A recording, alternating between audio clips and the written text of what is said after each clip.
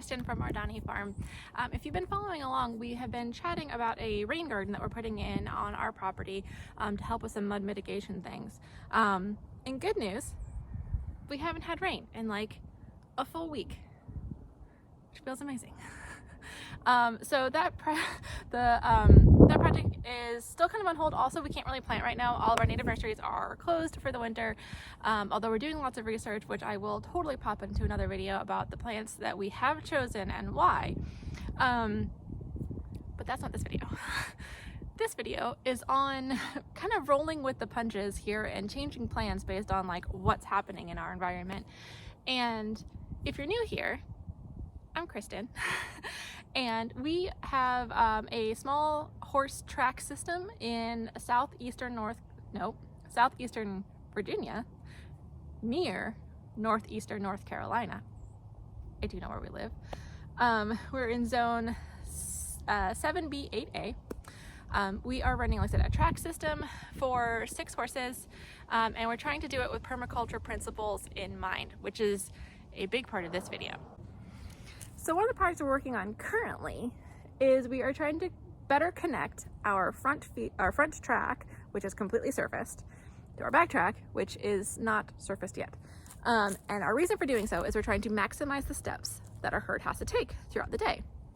I put a tracker on the horses. We're currently at about 9 miles a day, but I have goals. I want to get closer to 20. I think we can. So my brilliant strategy currently is that we're going to do an out and back system for our track, but that means that we need to create an actual loop. And so the easiest way that we thought to do this was to cut through our current, what we call our middle field, which is mostly being used right now for exercising horses and lessons. We have an amazing trainer who comes in and works with our current boarders and their horses. And this is where those lessons tend to happen. So we were going to use the strip right in front of it to cut through to our backfield. Easy day. It seemed really obvious.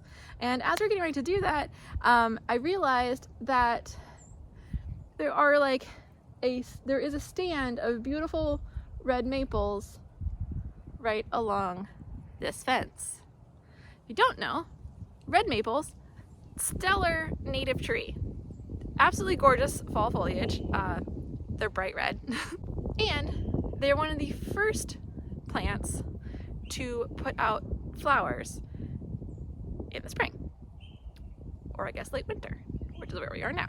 So it's February, still pretty chilly.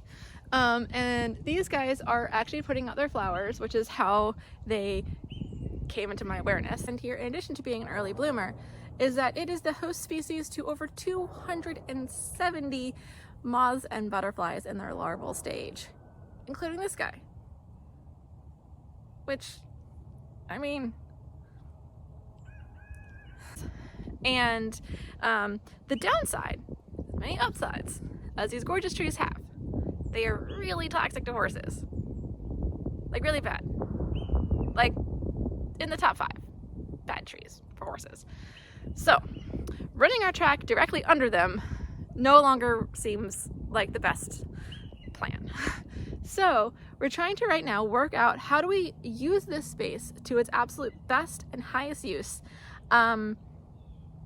while still maintaining our natural wildlife supporting ecosystem here, which is incredibly important to our farm, and maintaining the use of this area for both quarantine and for our exercise areas. I am not afraid to cut down invasive trees and plants.